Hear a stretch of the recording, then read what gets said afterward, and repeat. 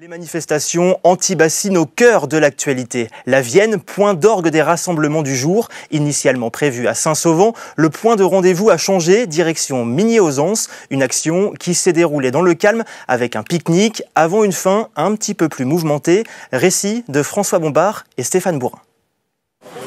Après un long voyage pour certains, ils sont des centaines dès midi à converger vers Migné-Auzance. Longtemps prévu dans la forêt de Saint-Sauvant, le pique-nique aura finalement lieu sur cette vaste étendue au bord de l'eau, dont beaucoup vont pouvoir profiter. En vrai, on est juste venu pique-niquer, donc voilà, on se pose, on se met à l'ombre, ça fait du bien. Au moins, tout le monde est là, on va pouvoir profiter, on a notre petite fanfare qui est là, on va jouer au foot, voilà. Ici, aucune force de l'ordre apparente, et la mobilisation peut se dérouler dans la bonne humeur. Une première victoire pour les organisateurs, alors que la manifestation était interdite. Les militants et opposants aux bassines sont venus de toute la France avec un objectif affirmé pour l'écrasante majorité, se faire entendre dans le calme. Moi, dans mon idéal, on reste comme ça, tranquillement, on fait une petite balade. Je sais que les soulèvements, ils ont souvent des messages symboliques. Donc je pense qu'il va y avoir un symbole à un moment qui est souvent non violent, etc. Ensuite, la suite, on ne sait jamais, c'est un peu qu'est-ce qu'on nous met en face et qu'est-ce qu'on nous interdit de faire. En fait, nous, on a juste envie de venir dire qu'on n'est pas d'accord et de demander ce moratoire, justement. Peu avant 15h, une balade symbolique est décidée vers une unité de méthanisation de la commune. Information bien reçue par les forces de l'ordre, positionnées en amont et en force à proximité. Alors que tout près, pour un des agriculteurs de la structure, l'heure des moissons n'attend pas. Je ne sais pas s'ils viendront avec ce qu'il y a devant. Enfin, on verra bien. Bon, on continue de bosser, quoi. Eh oui, il faut. De toute manière, on n'a pas encore une fois pas le choix. La météo arrive, elle n'est pas bonne. Alors, il faut que ça soit fini dans les temps. Sur les 3 kilomètres qui le séparent de son objectif, le cortège n'en fera qu'un. Stoppé par les gendarmes et l'incendie dans un champ déclenché, selon la préfecture, par les tirs de grenades lacrymogènes. Très vite, le feu sera maîtrisé. Les manifestants, eux, décideront de faire demi-tour et d'attendre la prochaine journée d'action à La Rochelle. Nous retrouvons sur place Amel, justement, Alain Darigrand aux côtés du maire de la commune, Sylvain Griffaut. Bonsoir, nous venons de le voir, la matinée a été agitée. Comment s'est passé le reste de la journée, Alain ?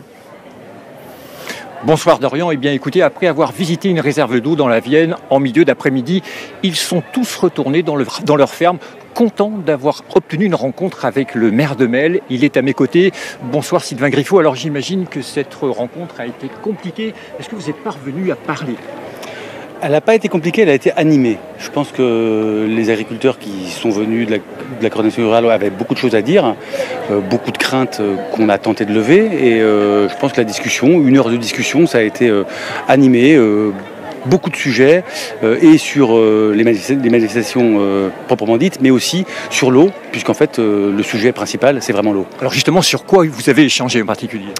On avait au moins 7 ou 8 départements qui étaient représentés. Donc après la présentation de chacune des représentations départementales, il y a eu tout un tas de descriptifs de ce que chacun vivait avec l'eau dans son territoire, ce qui a permis de voir qu'effectivement il n'y avait pas vraiment de solution unique pour traiter de l'eau dans chacun des territoires, mais qu'il y avait une vraie diversité de solutions et que comme vice-président de ce territoire à l'aménagement, je pense effectivement que la solution de ce territoire doit être une solution particulière et non pas plaquée un peu partout. Est-ce que cette rencontre montre qu'entre pro et anti-bassines, les discussions restent ouvertes ? Pour moi, elles seront toujours ouvertes. Il y a forcément des solutions à trouver, sinon on finira par avoir systématiquement de la violence. Je prône depuis le début de ce village de l'eau, mais aussi bien avant le dialogue. Pour moi, le dialogue, il est jamais éteint, il a toujours des raisons d'être.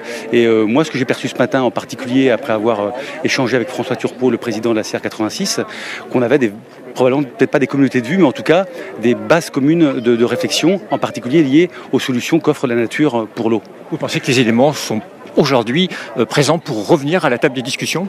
Alors forcément, ils ne sont pas forcément présents pendant le village de l'eau qui a quand même beaucoup tendu, qui a amené beaucoup de tensions, mais en tout cas, je pense que dans les semaines qui viennent ou les mois qui viennent, il y aura des opportunités pour que le dialogue reprenne. Merci, monsieur le maire. Voilà, les anti-bassines n'en ont pas terminé. Ils seront présents demain à La Rochelle pour une grande manifestation autour du port de la Palisse. Merci Alain et merci à Adrien Gollon pour les images. À chaque rassemblement, vous l'avez vu, c'est le jeu du chat et de la souris entre les manifestants et les forces de l'ordre. Ce matin, le rassemblement était prévu du côté de Saint-Sauvant, un endroit marquant puisque c'est ici qu'est prévue la prochaine implantation. Marie Collin, bonsoir. Bonsoir. C'est un lieu d'implantation qui n'est pas finalement un cas isolé sur le territoire. Et non, tout à fait, Dorian. Sur le bassin de la Sèvre niortaise, on compte 16 projets.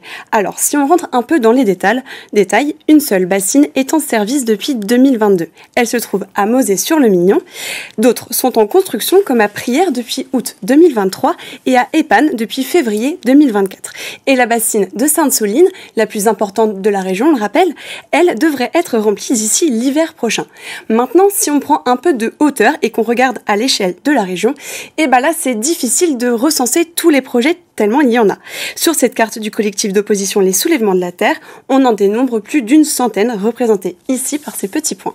Comment sont décidés, Marie, maintenant les lieux d'implantation potentiels de ces méga-bassines ? Vous l'imaginez, Dorian, c'est un sujet très complexe, mais en gros, ces projets sont nés de plans nationaux de gestion de l'eau, auxquels se sont greffés des groupements d'agriculteurs.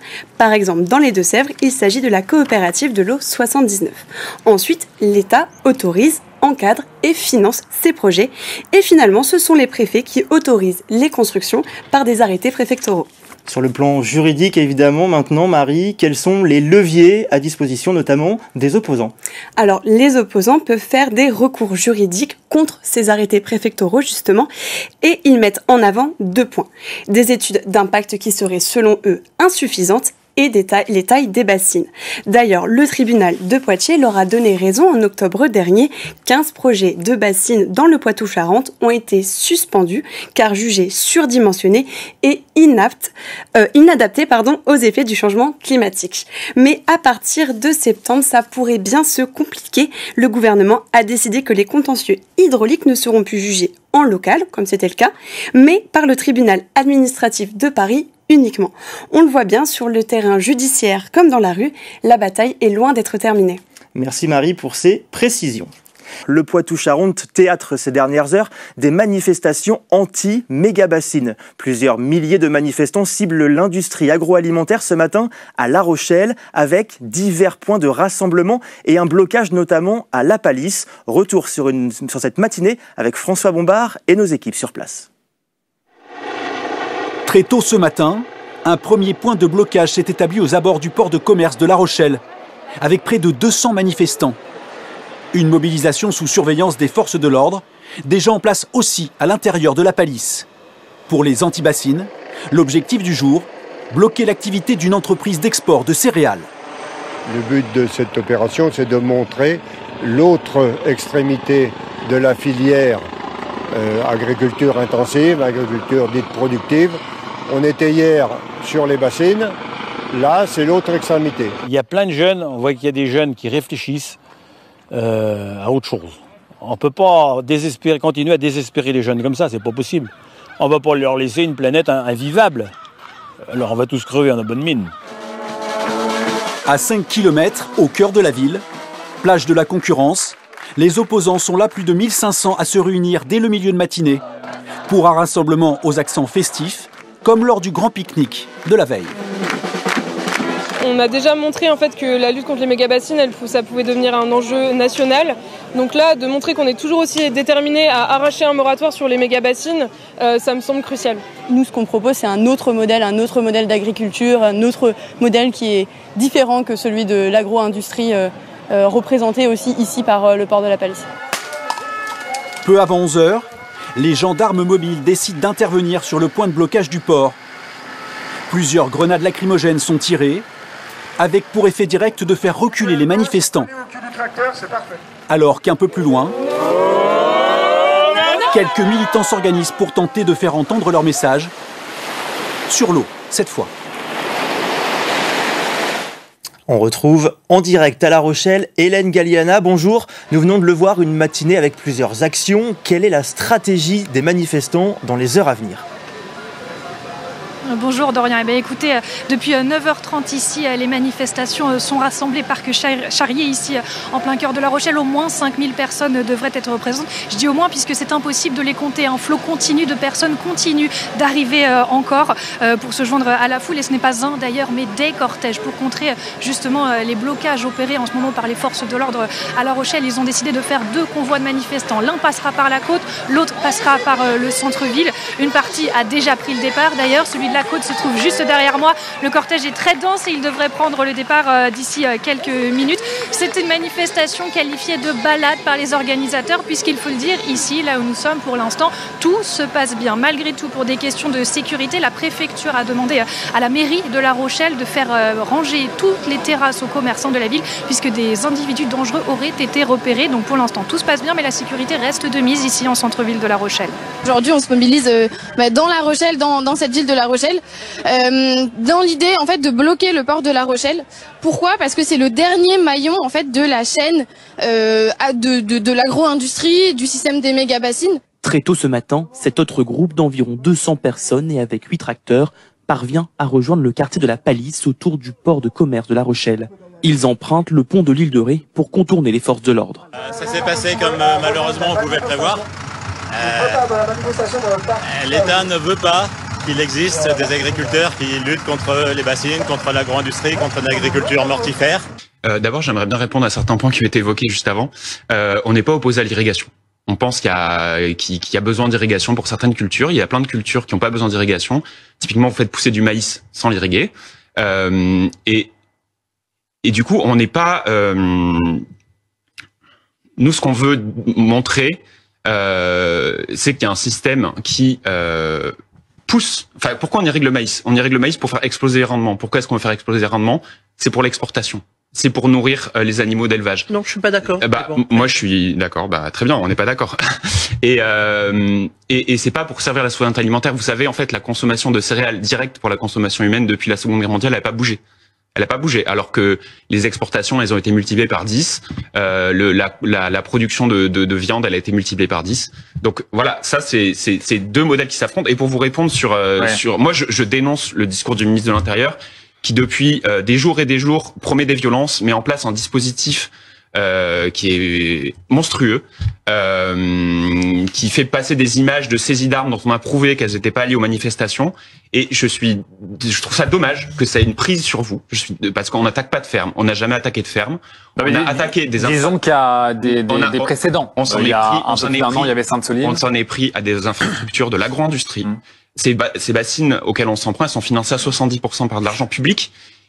On n'a pas attaqué et on l'a répété. Là, ça fait plusieurs jours qu'on répète qu'on ne s'en prendra pas aux agriculteurs. Comment on fait pour réconcilier ces 2 camps ? Est-ce qu'il n'y a pas aussi un juste milieu à trouver dans ces mises en place de méga-bassines ? Il y a toujours des justes milieux dans tout. C'est à mon avis, pas dans des circonstances comme ça qu'on gère ce problème. Ça doit être, comme nous l'avons dit, on demande un débat à l'Assemblée nationale, à l'État, à gouvernement. Nous avons des scientifiques qui gèrent très bien, comme vous devez sûrement en avoir. Et donc, c'est de la confrontation de ces idées qu'on doit trouver une ligne conductrice. En fait, moi, je voudrais quand même dire que quand vous parlez du maïs, tous les territoires ne sont pas pareils. Vous parlez de mon cas dans l'Oise où je fais du maïs sans irriguer parce que mon territoire le permet. Mais justement, on doit adapter l'agriculture au territoire. Mais collecter l'eau de l'hiver pour l'utiliser l'été, c'est franchement du bon sens. Je voudrais quand même, juste pour vous contrecarrer, renseignez-vous. Il y a des méga-bassines ou des bassines, enfin, vous utilisez le terme que vous voulez, en Vendée, qui fonctionnent excessivement bien. Et les chiffres sont là. Vous avez une augmentation des surfaces fourragères, vous avez des baisses. Laissez-moi terminer. Des surfaces céréalières. Il y a de l'augmentation du maraîchage et d'agro-bio. Ça fonctionne excessivement bien. Il faut pas avoir de clichés, mais il y a sûrement des choses qui ne fonctionnent pas bien. Il y a peut-être. Mais vous savez que les débats, on a essayé de les avoir toutes les. Il y a des règlements. Est-ce que vous-même aussi, ça sera le mot de la fin, mettre peut-être un peu d'eau dans votre vin. Mais moi, je mets pas en cause en fait la coordination rurale. Moi, je mets pas en cause les agriculteurs. On n'est pas opposé aux agriculteurs. Il y a des agriculteurs ce matin même sur les barrages. Il y a la Confédération paysanne qui est à nos côtés. Il y a le MODEF qui est un deuxième syndicat agricole qui est à nos côtés. Il y a beaucoup d'agriculteurs non syndiqués qui sont à nos côtés. Je regrette que vous ayez cette position ce week-end. Moi, je mets en cause l'État. Qui en fait n'a pas permis à ce débat d'avoir lieu. Et en fait, si on en arrive là aujourd'hui, s'il y a des gens qui en arrivent à ce mode d'action aujourd'hui, c'est parce qu'en fait les instances de discussion, elles n'existent pas. En fait, on peut pas débattre. Alors, et Mais non, mais c'est ce que je veux dire. C'est un problème politique, vous dites. Voilà. Bon, faut juste qu'à un moment. Mais moi, c'est pour ça qu'on demande un moratoire. C'est pour ça qu'on demande que les chantiers de bassines s'arrêtent. Léna Lazare est notre invitée dans le Live Weekend sur BFM TV. Bonjour, vous êtes activiste écologiste pour les soulèvements de la terre. Très concrètement, quelle est la suite pour ce week-end? Nous, ce matin, on a démarré un blocage paysan devant l'entreprise Soufflé, qui est une entreprise d'exportation de céréales, avec des revendications assez claires. Nous, donc, on demande toujours un moratoire sur les méga-bassines, mais là, on a voulu décentrer et montrer que si ces méga-bassines s'implantent, c'est parce que y a tout un complexe agro-industriel qui, d'une part, ne permet pas aux paysans de vivre décemment de leur métier, parce que c'est surtout l'industrie agro-industrielle qui donc met beaucoup d'argent dans ses poches, alors que les prix, en tout cas, qui reviennent aux paysans, baissent. Et d'autre part, en fait, il y a la population subit, a de moins en moins de possibilités de se nourrir avec une alimentation de qualité. La difficulté, parce que évidemment tout le monde a ça en tête, on est près d'un an après les événements violents de Sainte-Soline, également contre les méga-bassines à l'époque, c'est que les choses tournent mal, ou en tout cas qu'il y ait des tensions, des affrontements avec pour allier notamment le port de commerce de La Rochelle. Oui, c'est ça. L'idée, c'était de rejoindre le blocage paysan. Malheureusement, celui-là a été évacué. Après, je pense que, au vu de on a vu hier quand même que c'était à nouveau la préfecture qui fixait le niveau de tension.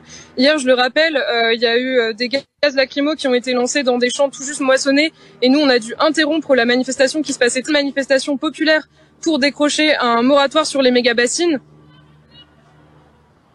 Merci beaucoup, merci Léna Lazare. Nous sommes aux abords du port de La Palisse. C'est toujours l'objectif de ces militants anti-bassines. Ils souhaitent converger vers ce site, un symbole de l'agro-industrie pour ces militants. Alors, il y a en ce moment même deux cortèges qui progressent vers ce même site. Alors, un cortège plutôt calme dans lequel nous nous trouvons. Il y a des militants qui viennent, vous l'apercevez peut-être derrière, de se mettre à l'eau pour faire une petite pause baignade. Et il y aurait un second cortège qui progresse plus, lui, du côté du centre-ville, et là où il y aurait quelques affrontements avec les forces de l'ordre. Alors je suis avec Léna Lazare, qui est porte-parole des soulèvements de la terre. Le ministre de l'Intérieur démissionnaire Gérald Darmanin s'est exprimé. Il y a eu 5 interpellations, quelques échauffourées dans un second cortège qui est dans le centre-ville de La Rochelle en ce moment même. Il a déclaré: on ne voit pas bien le lien avec le cœur de votre mobilisation. Qu'est-ce que vous avez envie de lui répondre?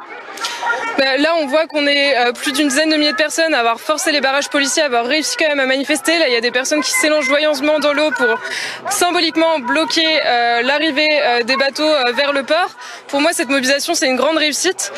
Gérald Darmanin, il s'appuie sur un tout petit événement dans cette manifestation pour essayer du coup de changer de sujet. Pour nous, le sujet, c'est vraiment d'arracher un moratoire sur les méga-bassines maintenant. Et voilà, on est déterminés, on va continuer la manifestation dans un cadre joyeux. Manifestation qui est interdite malgré tout. Vous le savez, vous n'avez pas le droit aujourd'hui de vous rassembler ici à La Rochelle. Vous y allez coûte que coûte, au risque des affrontements avec les forces de l'ordre, comme il y a eu sur l'autre cortège. Oui, malheureusement, il y a des barrages policiers, il y a eu des nasses et des gaz. Ça crée un climat de tension. Hier, on l'a vu, la manifestation se passait très bien avant que des gaz soient lancés dans les champs et que ça nous mette en danger, parce qu'il y avait des incendies qui se déclaraient un peu partout. Nous, on demande à la préfecture de nous laisser manifester jusqu'au port de la police. Les choses se passeront très bien s'il n'y a pas un climat de tension qui est instauré. Est-ce que vous savez ce qu'il en est du second cortège? Est-ce qu'il va continuer de progresser? Où on en est? Est-ce qu'il y a des tensions toujours avec les forces de l'ordre en ce moment même? Non, le second cortège du coup a fait demi-tour pour rejoindre notre cortège et on va continuer à avancer ici. Vous allez donc tous converger vers ce port de La Palisse qui est maintenant à quelques centaines de mètres d'ici. Pourquoi ce port? Alors, si on va vers le port de La Palisse, c'est qu'il est en train d'être agrandi et c'est directement lié aussi au projet de méga-bassines. On voit qu'il y a certaines multinationales de l'agro-industrie qui ont envie qu'on produise toujours plus de certaines céréales, donc pour faire toujours plus de profit au détriment des paysans. Et donc on est là en solidarité avec les agriculteurs qui essaient de bifurquer vers un autre modèle. Nous, on a toujours dit qu'on n'était pas contre les agriculteurs, on est surtout contre ceux qui fixent les règles d'un modèle qui malheureusement nous mène à avoir une agriculture qui est toujours de de plus en plus destructrice, il fait très chaud, j'ai du mal à parler. Et donc on va continuer à converger vers le terminal agro-industriel du port de la Palisse. Un terminal qui est en ce moment même sous haute sécurité. Vous le savez, il y a énormément de forces de l'ordre qui sont postées autour de ce terminal. Est-ce que vous craignez malheureusement encore des affrontements? Nous, on a dit qu'on ne rentrerait pas à nouveau sur le port à tout prix. Si c'est compliqué, on maintiendra des points de blocage tout autour. Il y a plein d'axes qui font que, en fait, on peut bloquer le port aussi sans rentrer dans des zones qui, on le sait, sont dangereuses. Il y a des sites Céveso, il y a une base militaire. C'est pas notre objectif. Enfin, voilà, on essaie de rester dans une bonne humeur déterminée. Et l'idée pour nous, c'est pas de mettre en danger la manifestation. Hier, on a vu que c'était compliqué avec les flammes. On sait qu'en face, malheureusement, les dispositifs policiers peuvent être très violents. On se souvient de Sainte-Soline. Du coup, voilà, on reste groupés et on continue. Oui, il y a 3000 forces de l'ordre au total qui sont mobilisées ici à La Rochelle pour assurer la sécurité. Vous l'avez compris, donc les manifestants, ces militants anti-bassines qui vont continuer de progresser vers le port de la Palisse qui est maintenant à quelques centaines de mètres d'ici. De nouvelles manifestations anti-bassines se sont déroulées ce samedi, cette fois à La Rochelle. Contrairement à hier dans la Vienne et les Deux-Sèvres, l'après-midi a été marqué par des heurts dans la ville avec la présence de 500 Black Blocs. Récit de la journée signé François Bombard, Alain Darigrand et Augustin Guillot. Dans les rues de La Rochelle, la manifestation contre les méga-bassines a montré un tout autre visage. Avec du noir en début de cortège et du bleu en face. Celui des gendarmes mobiles qui, en début d'après-midi, ont fait usage de la force. Vers 13 h, une partie des manifestants décide de rejoindre le port de la Palisse, où un point de blocage était établi devant une entreprise d'export céréalier. À l'avant du cortège, des heurts éclatent. Nous sommes alors entre le centre-ville et le port de commerce, avenue Grasset et Carnot, où plusieurs magasins sont vandalisés. On n'est pas ça. On n'est pacifiste. C'est pas ça l'image qu'on veut donner. Des contacts se produisent aussi entre forces de l'ordre et éléments radicalisés. 500 Black Blocs auraient ainsi été comptabilisés, selon les autorités. Moi, je recueille des fêtes, monsieur. Et vous avez recueilli quoi comme fête? Que le cortège avançait plutôt pacifiquement et puis qu'il y a une compagnie de CRS qui arrive derrière. L'essentiel du cortège va continuer de défiler sans violence avant de faire demi-tour. Bilan de l'après-midi, 4 blessés parmi les forces de l'ordre, 5 chez les manifestants et 7 personnes placées en garde à vue. Après plusieurs sommations, policiers et gendarmes lancent la charge contre les manifestants. Les coups pleuvent.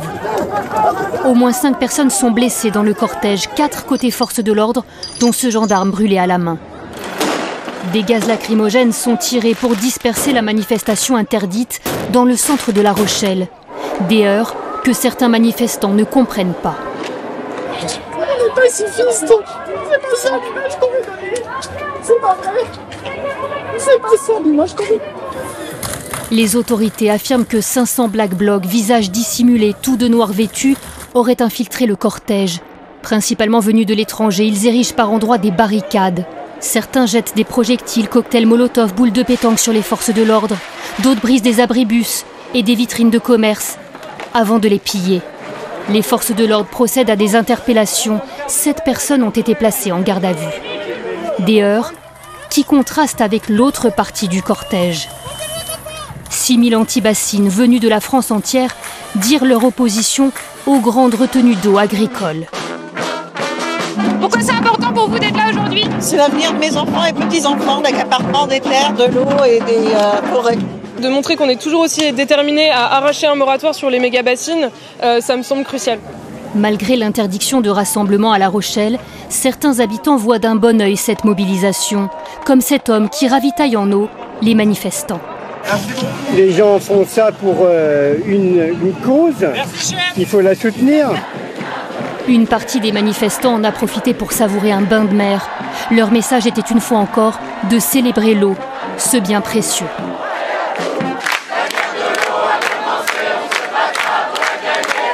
Le but de la journée, le blocage d'un exportateur de céréales dans le port de la Palisse. Un lieu symbolique pour les manifestants qui ont voulu dénoncer un modèle agricole abusif.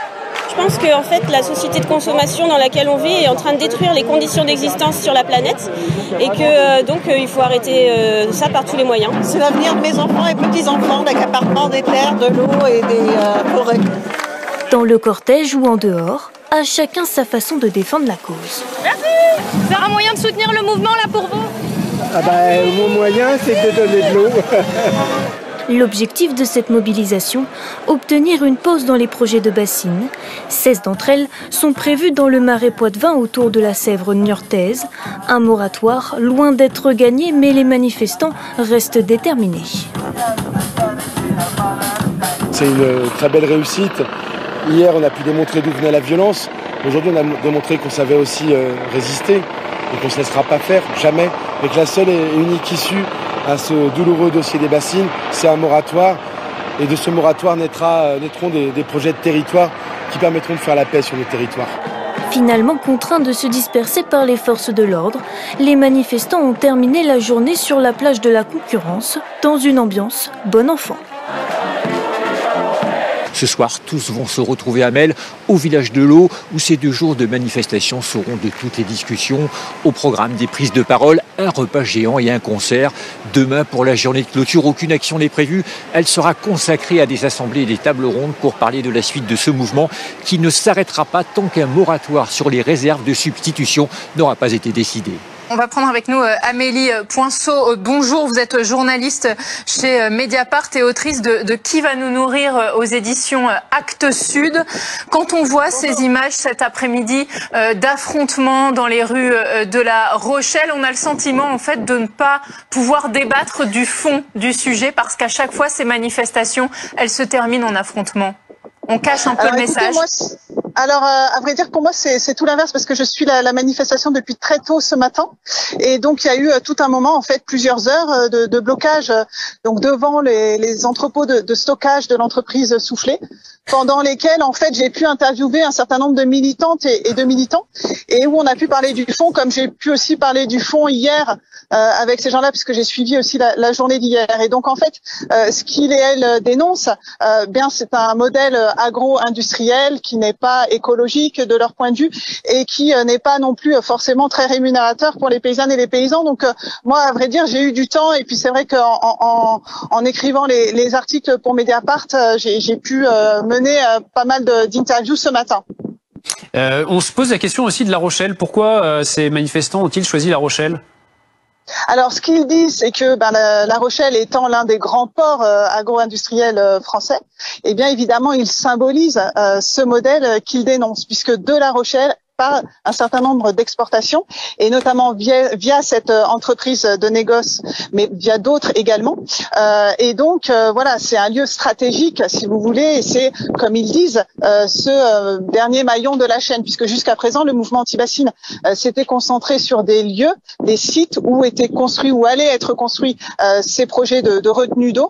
Et en fait, voilà, ils s'étaient pas encore mobilisés sur des sites qui font également partie de toute cette chaîne de production agroalimentaire. Donc voilà, c'est l'enjeu pour eux, c'était de visibiliser leur combat à un autre endroit qui est tout aussi important en fait dans toute cette chaîne de production. La date non plus n'a pas été choisie au hasard à quelques jours de la cérémonie d'ouverture des JO. Alors ça, bon, je suis pas dans les petits papiers de l'organisation de la date. En revanche, ce qui est intéressant à noter, et ça évidemment c'était tout à fait imprévisible pour eux, c'est que cette séquence, elle arrive précisément juste après la dissolution et les nouvelles élections législatives que nous avons eues. Or, le moratoire sur les méga-bassines qui est demandé par le mouvement, c'est aussi dans le programme du nouveau Front populaire et de ces partis de gauche du coup qui se sont mis d'accord sur un programme au moment de la campagne des législatives. Donc en fait, c'est à ce titre-là que la séquence est intéressante, disons d'un point de vue politique, puisque ce sujet est devenu un sujet national et un sujet dont certains partis politiques se sont emparés également. Et ça n'est plus seulement un sujet de mouvement militant, si on peut dire.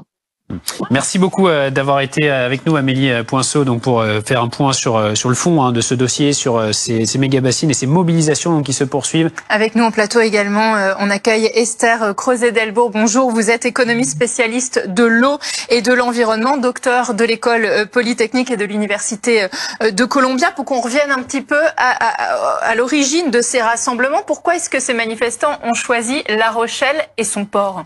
Alors La Rochelle a été choisie, plusieurs raisons, mais effectivement la première, c'est que c'est un très grand port céréalier, donc qui exporte en fait nos biens céréaliers. Et en fait, on sait qu'à travers les céréales, à travers tous les biens qu'on exporte, eh bien on exporte de l'eau.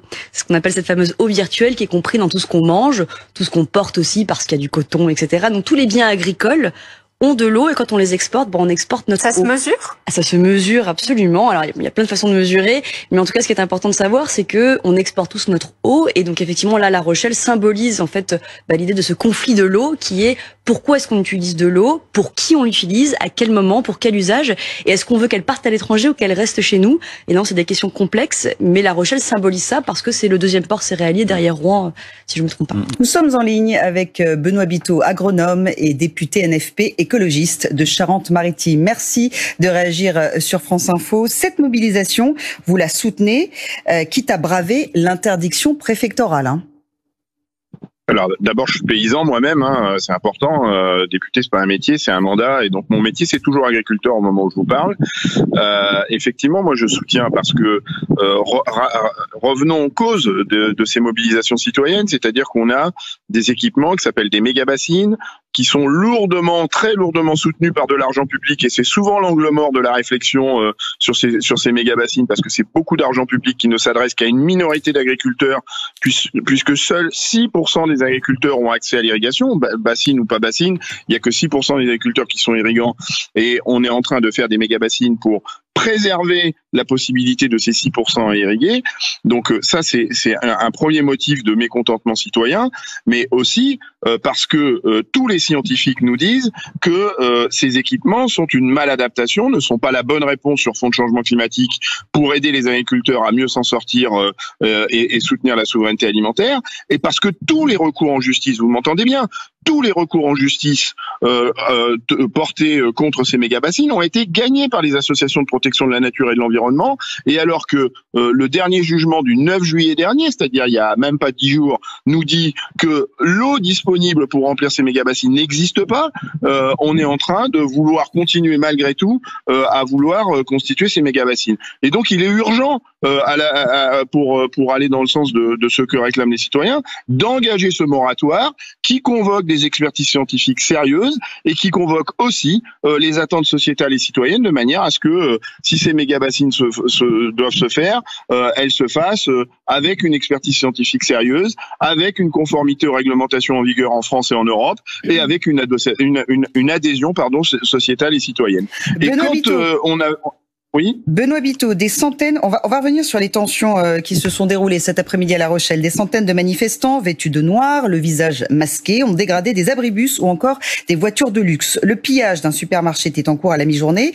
La présence de ces militants ultra-radicaux, elle ne dessert pas forcément votre cause?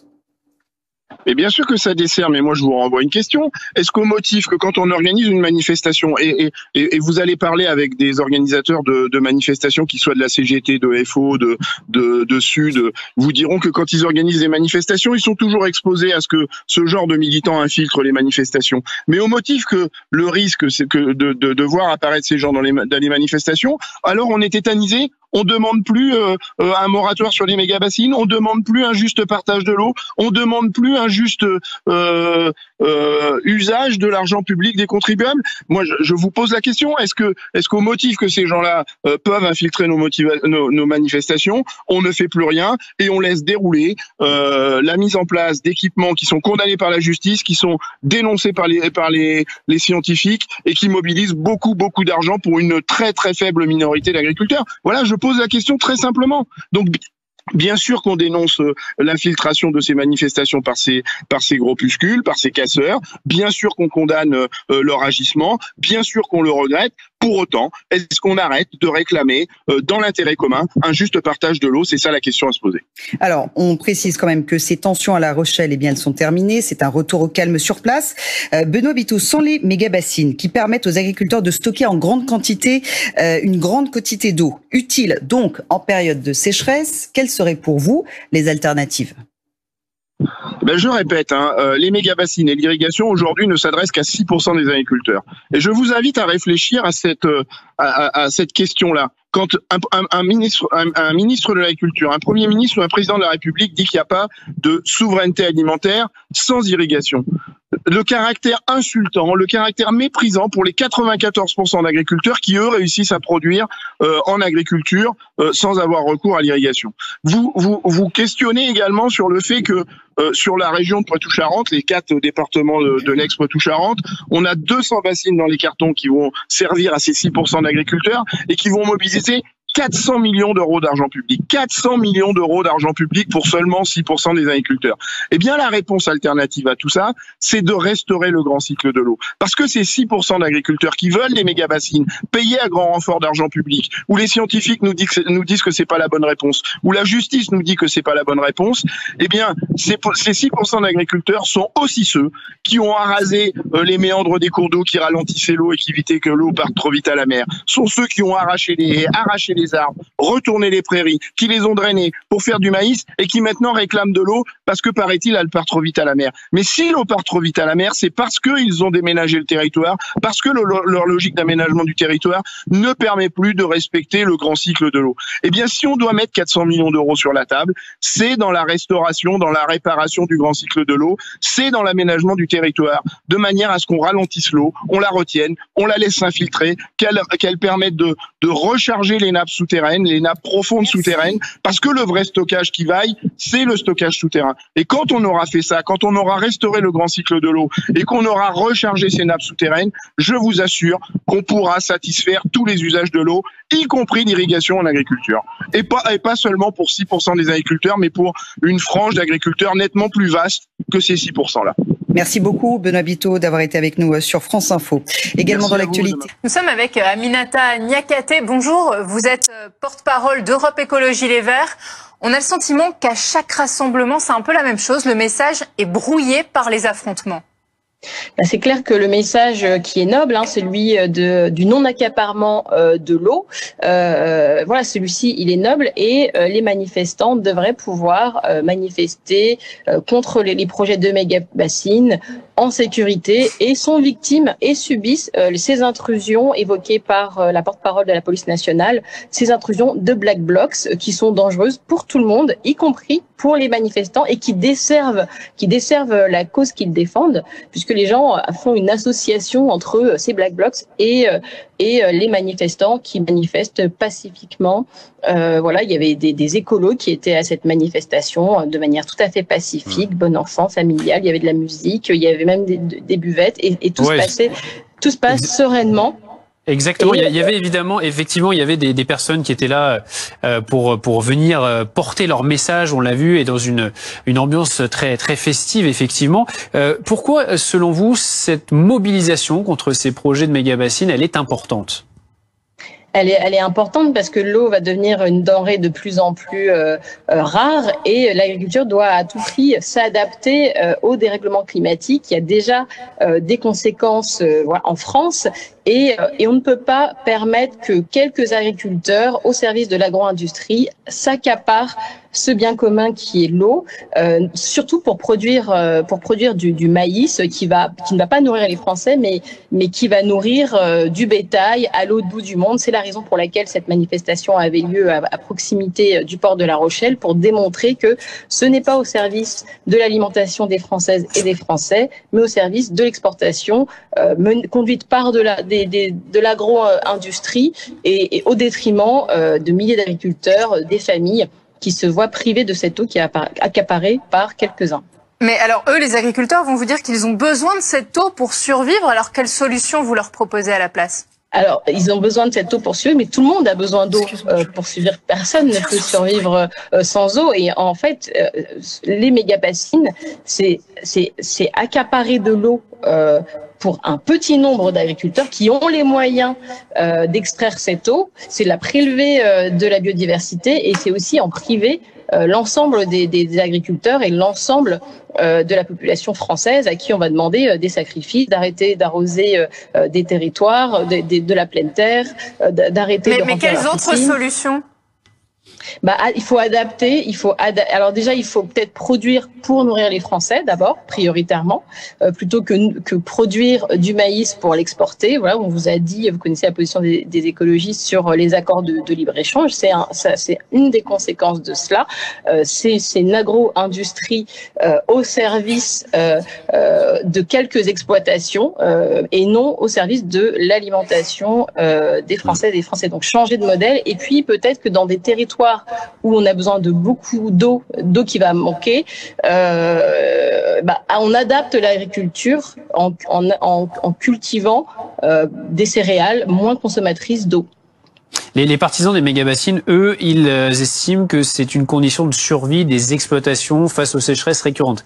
Pour eux, c'est vraiment une question de survie. C'est une fuite en avant parce que ce sont des épisodes qui vont s'aggraver et ce n'est que le début. Donc c'est vraiment une fuite en avant. Donc quelques agriculteurs, quelques exploitations vont bénéficier de cette eau et gagner un peu de temps au détriment des autres. Mais voilà, c'est vraiment pas une solution pérenne. Il faut vraiment réfléchir à un autre modèle d'agriculture qui s'adapte à ces épisodes de sécheresse qui vont être de plus en plus nombreux. C'est du bon sens, tout simplement.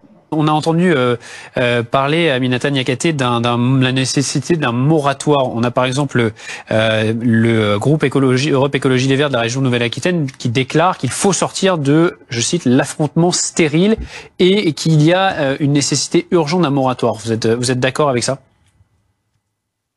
Oui, je suis évidemment d'accord avec ça et je voudrais revenir sur les violences qui ont été commises et dire que les écologistes, en tout cas, nous les condamnons sans aucune réserve, toutes les violences, toutes les dégradations qui nuisent au message et à ce que portent les écologistes. Et oui, je pense qu'un moratoire, ça peut être la solution. Et aussi, vraiment, je tiens à redire, je suis très attachée au droit de manifester. La porte-parole de la police nationale, il semblait également attaché. Et quand les manifestations sont organisées avec l'autorisation d'un préfecture de police, de concert, il peut y avoir un service d'ordre, il peut y avoir une manifestation en sécurité qui protège les manifestants et qui leur permettent d'exprimer leur opinion et notamment défendre l'idée d'un moratoire sur ces méga-bassines. Ça permet de mettre les choses à plat. D'avancer sur les solutions les plus adaptées aux nouveaux enjeux climatiques, aux défis climatiques qui nous attendent. Et qu'est-ce que vous pensez de cette date? Est-ce qu'elle a été vraiment bien choisie? Tout à l'heure, on parlait avec des agriculteurs qui nous disaient on est en pleine moisson, c'est notre période la plus importante de l'année, on n'a pas besoin de ça. Je pense notamment au feu dans le champ qui a été déclenché hier dans la Vienne. Alors le feu dans le champ, je pense qu'il faut peut-être s'adresser aux services de police parce qu'il me semble que c'est les services de police qui, dans l'usage d'une force incontrôlée, ont provoqué cet incendie. Il y a tous les jours des manifestations sans que ça perturbe les activités des agriculteurs sur place. L'action qui est de manifester est vraiment une action symbolique qui n'avait pas vocation à perturber quelque activité de quelque agriculteur que ce soit. Merci beaucoup Aminata Niakaté d'avoir été avec nous en direct sur BFM TV donc pour évoquer aujourd'hui cette mobilisation des anti-méga-bassines du côté de La Rochelle. Léna Lazare, bonsoir. Vous êtes porte-parole des soulèvements de la terre. Vous êtes opposée évidemment à ce projet de méga-bassines. Vous étiez à La Rochelle. Aujourd'hui, quel regard vous portez sur la mobilisation d'aujourd'hui, sur les violences notamment qui ont émaillé ce cortège? Alors évidemment qui n'émane pas de tous les manifestants, hein, on le rappelle évidemment, mais de quelques centaines de personnes radicales. Quel regard vous portez là-dessus? Est-ce que ça n'a pas tendance à brouiller un peu le message? De mon côté, j'étais dans le cortège qui donc a longé la côte quasiment jusqu'au port de la Palisse. Je n'ai pas été témoin en tout cas de certaines scènes que vous décrivez. Donc de mon côté, je vais attendre que le rapport notamment de la Ligue des droits de l'homme sorte pour rentrer plus dans les détails. Dans tous les cas, nous, on est contents parce que dans dans l'ensemble, la manifestation, elle s'est très bien déroulée. On a pu faire en sorte que les manifestants se sentent en sécurité parce que malheureusement, on a bien compris qu'il y avait un dispositif de maintien de l'ordre très agressif. Ce matin, on s'est fait gazer alors qu'on tenait un point de blocage sur un mode syndical devant un site industriel de la Palisse.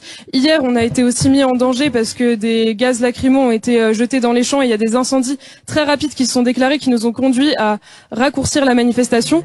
Donc là, nous, on est contents parce qu'on a réussi à bien communiquer dans les cortèges, à éviter au maximum les dispositifs policiers. Mais malheureusement, il y a des blessés. Je n'ai pas encore beaucoup d'informations. Oui. Léna Lazare, quand on entend ce gendarme à l'instant qui parle de plusieurs dizaines d'armes, de couteaux, de machettes, on entend votre message quand vous dites bien que c'est évidemment, soi-disant, peut-être la faute des forces de l'ordre, mais qui vient avec ce type d'objet dans une manifestation ? Pour les armes, je vais être très claire. Moi, je suis à la mobilisation depuis lundi. Donc, en effet, il y a eu des centaines et des centaines de fouilles, des milliers de fouilles. Moi, notamment, en arrivant à la manifestation, par exemple, on m'a confisqué 2 masques Covid et une tenue bleue. Tout ce qui pouvait être lié à une manifestation, ou tout ce qui pouvait être une arme par destination, selon les termes des forces de l'ordre, pouvait être confisqué. Mais là, en fait, vous voyez bien, quand on fait des contrôles sur une zone aussi énorme, lorsque des personnes ont des couteaux dans leur sac, ou lorsqu'on retrouve des haches dans leur voiture, on n'a jamais vu un manifestant se précipiter sur des policiers avec une hache. En fait, ce qui se trouve, c'est qu'on fouille tellement de voitures et la réquisition, elle est tellement grande. Et comme on peut dire aussi qu'une arme par destination, ça peut être tout et n'importe quoi. En effet, un manifestant qui vient pique-niquer avec son Opinel, on dit qu'il est venu avec une arme. Et donc ça, pour le coup, sur ce constat-là, enfin moi, je trouve que malheureusement, c'est un discours qui vise à criminaliser les manifestants et à pratiquer de plus en plus de fouilles abusives. Léna Lazare, quand on voit les scènes, vous nous expliquez que vous ne les avez pas vues, mais enfin nous, les scènes, on les a décrites. Ce Super U qui a été pillé, ces scènes de violence et d'affrontement qu'il y a eu avec les forces de l'ordre, elles existent, elles sont là. Malgré tout, ça pose question aujourd'hui, et c'est pas la première fois que ce genre de manifestation dégénère, entre guillemets. Alors, là-dessus, en effet, dans de nombreuses grandes manifestations, on assiste à ce type de scène. Et malheureusement, moi, ça fait longtemps que je suis militante pour la justice sociale et climatique.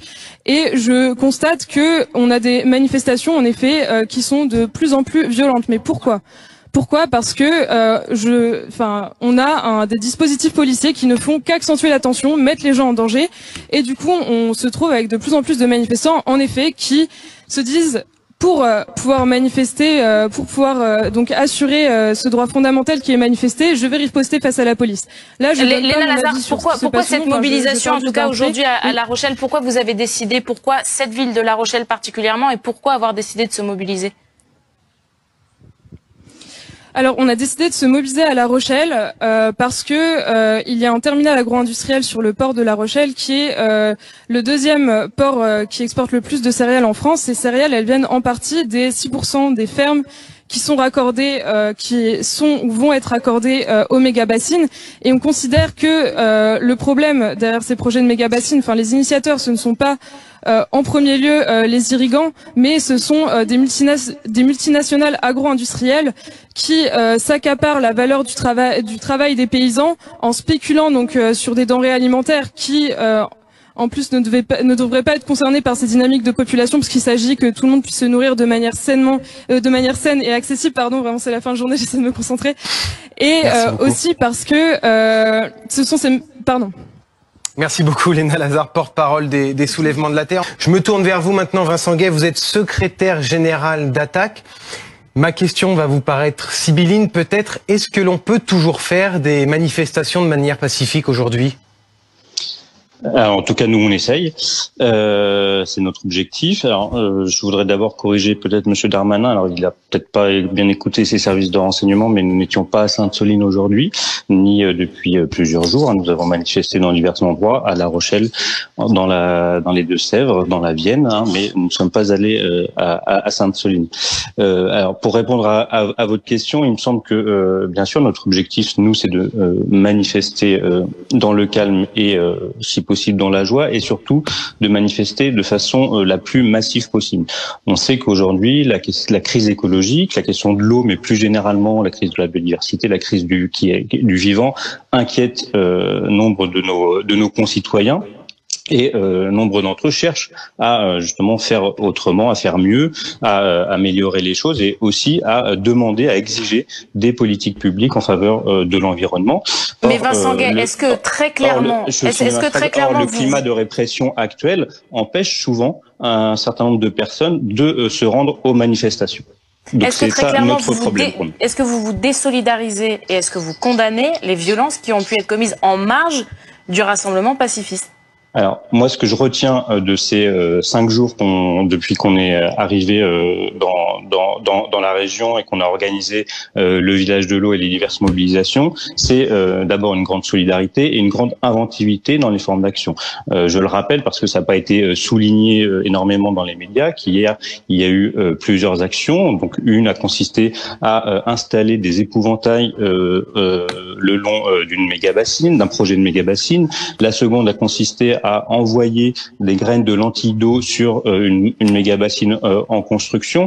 Quant à la troisième, elle a été empêchée par le feu qui a été provoqué par l'envoi de tirs lacrymogènes dans des champs qui venaient juste d'être coupés. Action extrêmement dangereuse et risque provoqué par les forces de l'ordre qui nous semble extrêmement un problème et qui nous semble aujourd'hui nécessaire de rappeler. Par ailleurs, j'entends bien ce que vous venez de dire. Nous, concernant notre association, les choses sont claires. On n'a jamais, on ne commet pas de dégradation et ce genre de choses. Par ailleurs, il faut relativiser l'importance de ça, c'est-à-dire que on peut tout à fait discuter de la pertinence de ces actions-là, mais après tout, ce sont effectivement quelques abribus et quelques vitrines. Oui, il y a tout de même un magasin qui a été totalement pillé dans les rues de La Rochelle, Monsieur Gay. Oui, c'est un magasin.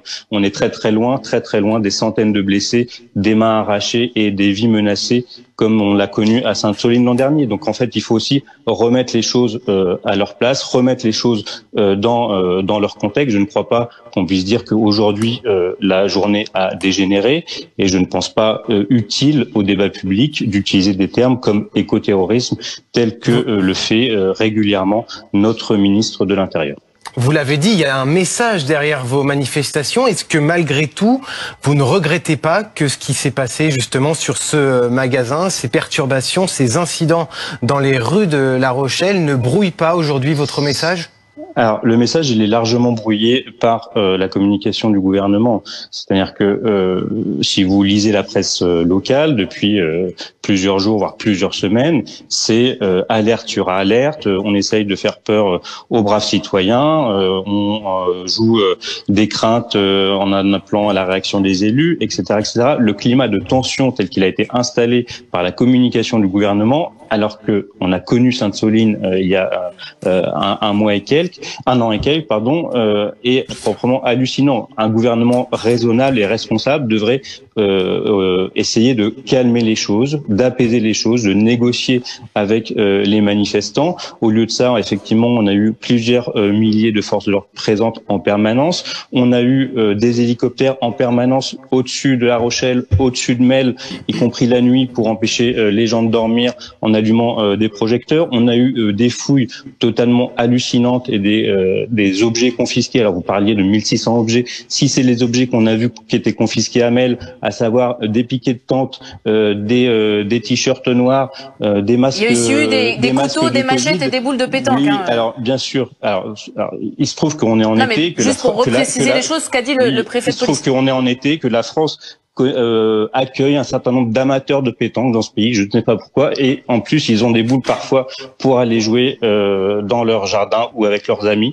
Donc je ne crois pas que le fait de trouver ils n'ont pas des machettes pour pique-niquer non plus. C'est ça qu'on veut dire. Non, ils n'ont pas des machettes, mais alors écoutez, ça fait des années et des années que je fais des manifestations. J'ai jamais vu quelqu'un amener une machette en manifestation. Donc, par contre, il y a des usages professionnels de la machette. On est dans des zones rurales. Il y a des gens qui sont agriculteurs, qui utilisent cet outil régulièrement et qui l'ont régulièrement dans leur voiture. Donc, il faut faire attention à toutes ces espèces de fantasmes. Et le mot machette, en plus, c'est largement utilisé pour faire peur. Donc, je crois qu'il faut redescendre un peu en tension dans les discours publics. Et surtout, moi, je suis persuadé que la stratégie de Gérald Darmanin et du gouvernement, c'est à la fois pour criminaliser les manifestants, mais c'est surtout pour nous empêcher de parler de ce dont on veut parler, à savoir le partage inégalitaire des ressources, la captation par certains des ressources en eau,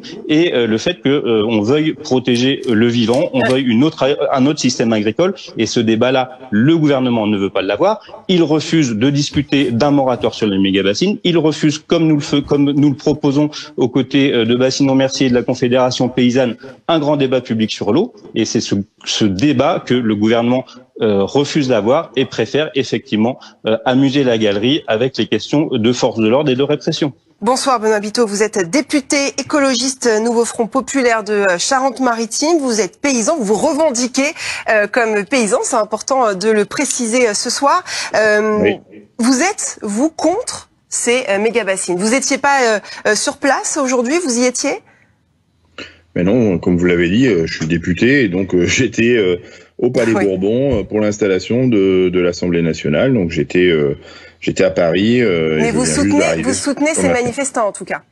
Alors moi, ce que je soutiens, c'est la résistance à ces méga-bassines. C'est-à-dire qu'on parlait de respect de la loi à l'instant, et j'y suis très attaché parce que je suis élu depuis quelques années maintenant, et je pense qu'il faut revenir aux fondamentaux. C'est-à-dire qu'on parle d'équipements qui sont dénoncés par les scientifiques qui nous disent que ça n'est pas la bonne réponse de vouloir imaginer la gestion de l'eau par le stockage dans des méga-bassines qui ne sont pas les bonnes réponses. Je rappelle que c'est rempli avec des forages qui remplissent des réservoirs absolument pharaoniques qui ne servent qu'à 6% des agriculteurs, c'est-à-dire qu'aujourd'hui on n'a que 6% des agriculteurs, vous m'entendez bien, 6% des agriculteurs qui ont accès à l'eau d'irrigation, et on est en train de dépenser énormément d'argent public pour des réponses que les scientifiques nous disent pas être les bonnes, qui ne sert qu'à 6% des agriculteurs et qui va mobiliser sur les 4 départements de la simple ex-Poitou-Charentes 400 millions d'argent public pour seulement 6% des agriculteurs.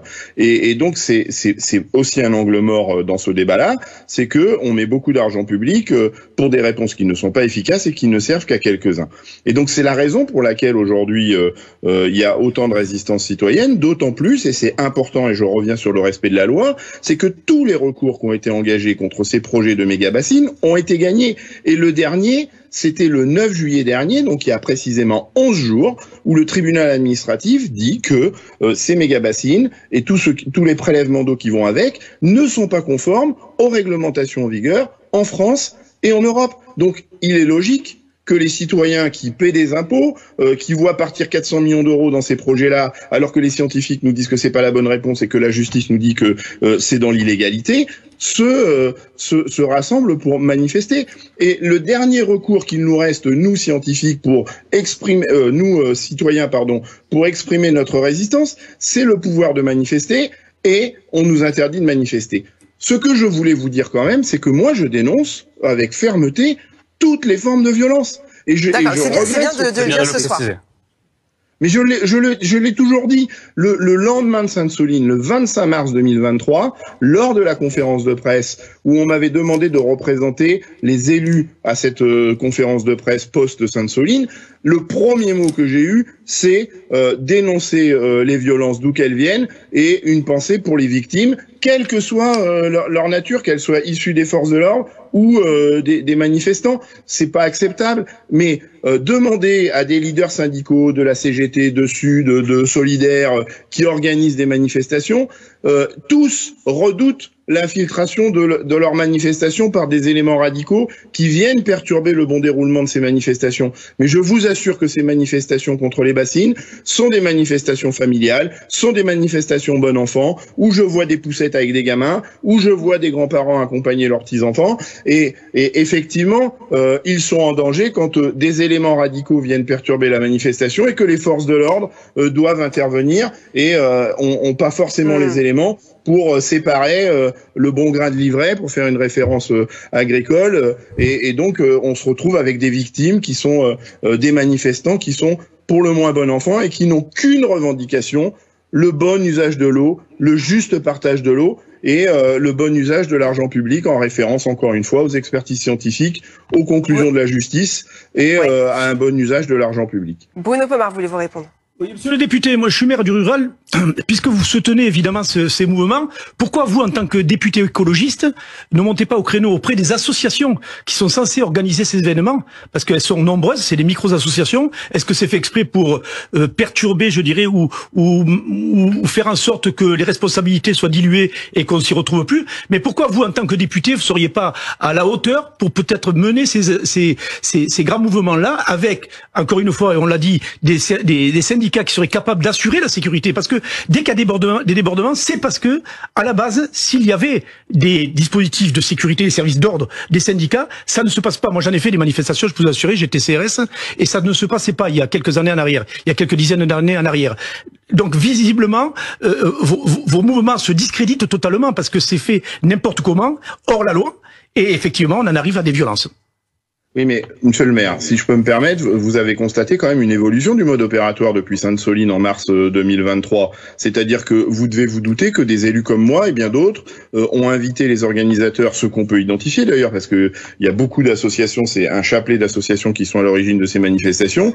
On les a interpellés pour que le mode opératoire évite des affrontements violents, notamment avec les forces de l'ordre. Et donc vous avez pu constater que ce village de l'eau Hamel est parfaitement apaisé, que les manifestations hier dans la Vienne, aujourd'hui à La Rochelle, étaient de nature familiale et cherchaient à éviter les affrontements qui auraient donné naissance à des scènes de violence. Donc je pense que les organisateurs sont conscients que le mode opératoire doit évoluer. Et je pense que vous saluez tout à l'heure le discernement des forces de l'ordre qui n'ont pas reproduit ce qui s'était passé à Sainte-Soline, mais on peut aussi créditer les organisateurs d'évolution de mode opératoire qui ne reproduisent pas ce qui s'est passé à Sainte-Soline. Donc on peut quand même nous créditer de ça et rappeler que c'est des associations, c'est des citoyens lambda et c'est pas des corps organisés comme des grands syndicats qui effectivement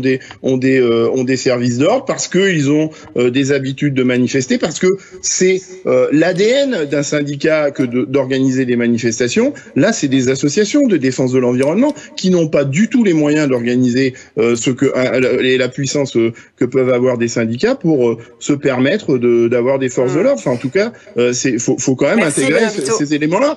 Pour autant, et je veux finir là-dessus, pour autant, est-ce qu'au motif qu'on a ces infiltrations par des radicaux, est-ce qu'on cesse toute réclamation, toute résistance à ce manque de partage de l'eau, à ce gabegie d'argent public sur des fausses bonnes réponses et à des projets qui déjouent toutes les expertises scientifiques? Voilà, c'est la question. Est-ce qu'au motif qu'il y a des manifestants violents, on ne fait plus rien et on vous a bien entendu. Merci Benoît Biteau. Vous êtes député écologiste à l'Assemblée nationale. Cette journée de dimanche s'annonce plus sereine. Les derniers manifestants présents dans la région se trouvent du côté du village de l'eau, à Mel. Vous le voyez, tout se déroule dans le calme avec des tables rondes organisées.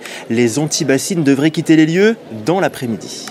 Pas de répit pour les militants écologistes. Après 2 jours de manifestations, retour au village de l'eau pour des débats et des conférences. L'eau est notre premier aliment. Que vous consommiez des liquides, des végétaux ou de la viande, vous consommez d'abord et avant tout de l'eau. Parmi les intervenants, le président de la Régie publique de l'eau à Paris, il est ici pour afficher sa solidarité. Aujourd'hui, la ressource en eau est fragilisée par l'accélération du changement climatique. Qu'est-ce qu'on constate à Paris comme ailleurs? C'est que les nappes phréatiques se rechargent moins bien, avec les sécheresses qui sont de plus en plus sévères. Des invités venus du monde entier comme Rajendra Singh, surnommé l'homme de l'eau en Inde. L'écologiste de renommée mondiale se bat pour régler le problème du stockage de l'eau dans son pays. La solution, c'est déjà la mobilisation citoyenne. Puis, il faut établir un diagnostic afin d'agir et de mettre en œuvre des solutions concrètes. De quoi galvaniser un peu plus le mouvement des anti-bassines né dans les Deux-Sèvres il y a 7 ans. Pour Julien Leguet, son leader emblématique, le village de l'eau est une étape supplémentaire. Il y a un côté un petit peu gueule de bois après un truc aussi énorme. Et qu'est-ce qu'on en fait? Il va y avoir un mois vraiment de bilan, de réflexion. Et puis en fait, en vrai, on va continuer à lutter comme on lutte au quotidien. On va continuer à faire des recours au tribunal administratif. Un jeu de procédure sans fin. Celui de la réserve de Saint-Sauvent a été rejeté il y a quelques jours. Peu importe la mobilisation, elle va continuer pour tenter de freiner ce projet de méga-bassine.